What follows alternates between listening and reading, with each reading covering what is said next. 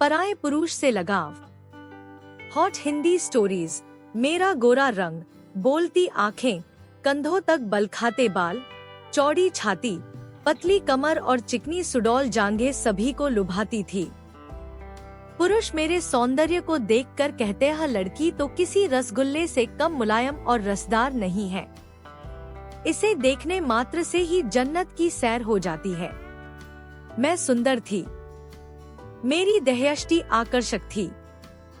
मैं पुरुषों के मुंह से ऐसे शब्द सुनते ही नारी स्वभाववश खिल जाती और मुझे अपनी खूबसूरती का बरबस ही आभास होने लगता। मैं बुदबुदाए बिना न रह पाती। मुझ पर तुम सब मरते हो तो मरो, मैं किसी के हाथ नहीं आने वाली। मैं तो आग हूँ, आग। मुझे पकड़ने के लिए पानी बनना होगा। मैं सुंदर हूँ, पर इतनी भोली नहीं हूँ कि अपनी प्रशंसा सुनते ही तुम्हारी बाहों में समा जाऊंगी। मैं अभी सोच ही रही थी कि माँ की आवाज ने मुझे चौंका दिया। मैं जैसे सोते से जाग उठी। माँ मेरे सामने खड़ी मुस्कुरा रही थी। मेरी माँ मुझसे कहीं अधिक खूबसूरत थी। वह एक प्रौढ़ महिला थी, लेकिन देखने में 21-22 की ही लगती थी। वह अपने सौंदर्य और स्वास्थ्य के प्रति हरदम सजग रहती थी। वह अपने मुंह से कुछ कहती तो नहीं थी, किंतु उसके मन के भाव से अक्सर ही मुझे लगता कि वह वेदांत अंकल को पसंद करती है और पापा उसके अनुकूल नहीं है। वेदांत अंकल कहाँ से आते थे और मम्मी से उनका संबंध कब से था, इससे मेरा कोई मतलब नहीं था। इतने में मम्मी चहकती हुई बोली, बेटी तुम आज स्कूल नहीं गई? आज तो छुट्टी है। मैंने यह कहकर मम्मी की ओर देखा। आज उसने गुलाबी साड़ी बांध रखी थी। मम्मी पर गुलाबी कपड़े बहुत ही खिलते थे। उसका रूप उनमें और अधिक दमक उठता था। मुझे जहाँ तक मालूम था, मम्मी सजती संवरती तभी थी जब वेदांत अंकल घर पर होते थे या आने वाले होते थे। वैसे तो सजना संवरना मम्मी के जीवन का एक अभिन्न हिस्सा था, लेकिन उस दिन वह विशेष रूप से साज श्रृंगार करती थी जब वेदांत अंकल घर पर होते। मैं अचानक ही बोल पड़ी, तो वेदांत अंकल आ जाने वाले हैं।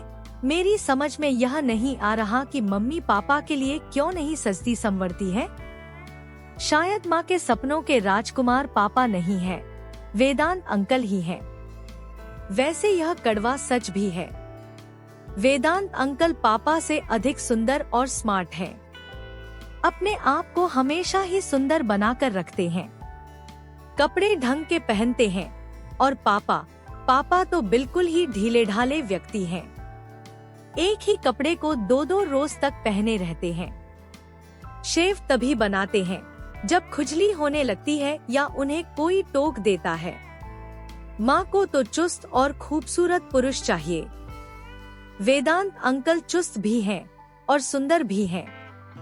इसी बीच माँ ने मुझे टोक दिया, यह लड़की तो हमेशा ही कुछ न कुछ सोचती ही रहती है। जा अपनी सहेली माधुरी से मिला, वह तुम्हें कल याद कर रही थी। मैं अवाक रह गई। माँ मुझ पर आज इतनी मेहरबान क्यों है?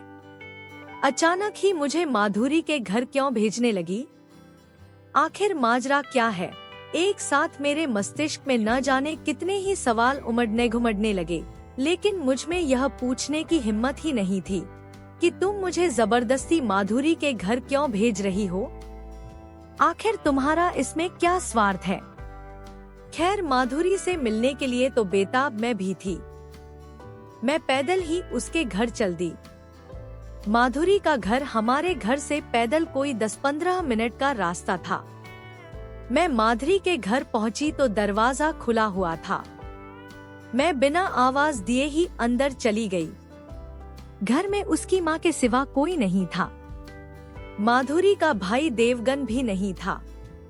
मुझ पर उसकी माँ की नजर पड़ी तो वह बोली, अंदर आजा काजोल, काफी दिनों बाद आई है। माधुरी और देवगन तो अपनी नानी के घर गए हैं, कल सुबह तक आ जाने की उम्मीद है। खड़ी क्यों है?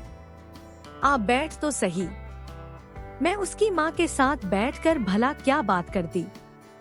2-3 मिनट तक खड़ी रही, फिर बोली, आंटी मैं जा रही हूँ, माधुरी आए तो कह देना मैं आई थी। यह कहकर मैं दरवाजे से होते हुए बाहर आ गई। माधुरी हमउम्र थी, लेकिन उसका भाई देवगन मुझसे 1 साल छोटा था। वैसे वह देखने में छोटा नहीं लगता था। देवगन बहुत शरारती भी था। वह केवल शरारती ही नहीं था, बहुत सुंदर और स्मार्ट भी था। मेरी उम्र यही कोई 15-16 की थी। देवगन 15 का था। जीन्स की पैंट और टी-शर्ट में वह किसी राजकुमार से कम सुंदर नहीं लगता था। मैं यही सब सोचती हुई अपने घर आई तो दरवाजा धक्का देते ही खुल गया। मैं बरामदे से होते हुए मम्मी के बेडरूम के सामने आई तो किसी मर्दाने आवाज को सुनते ही ठिठक गई, पापा तो घर पर हैं नहीं, 2 दिनों के लिए बाहर गए हैं। फिर यह मर्दानी आवाज कहाँ से आ रही है और यह आवाज किसकी हो सकती है? मैं वहीं खड़ी होकर सोचने लगी कि यह आवाज कहाँ से आ रही है। यह आवाज मम्मी के बेडरूम से आ रही थी। मैंने सोचा शायद पापा आ गए हैं, लेकिन वह तो ऑफिस के काम से गए हैं।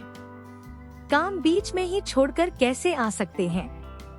मैं यह सोचते सोचते दबे पांव मम्मी के बेडरूम की ओर बढ़ गई। दरवाजे के नजदीक आकर खिड़की की ओर देखा तो खिड़की बंद थी। मैं अंदर झांकना चाहती थी। मेरे मन में वैसे कोई दुर्भावना नहीं थी। मैं तो यह देखने के लिए बेचैन थी कि कहीं पापा तो नहीं आ गए हैं। तभी मेरी निगाह दरवाजे के गोल छेद पर पड़ी। मैं एक आंख बंद कर दूसरी आंख से उस छोटे से गोल छेद में झांकने लगी। अंदर का नज़ारा देखकर मुझे अपनी आंखों पर विश्वास नहीं हुआ। मैंने अपनी आंखें मलकर फिर उस गोल छेद से झांका तो वही दृश्य नजर आया। इस बार अविश्वास करने का कोई सवाल ही नहीं था। वेदांत अंकल बिल्कुल ही निर्वस्त्र थे और मम्मी चड्डी बनियान में थी। इस मुद्रा में दोनों ही बहुत खुश थे। एक दूसरे की आंखों में आंखें डाले यूं बैठे थे जैसे एक दूसरे को सम्मोहित कर रहे हों।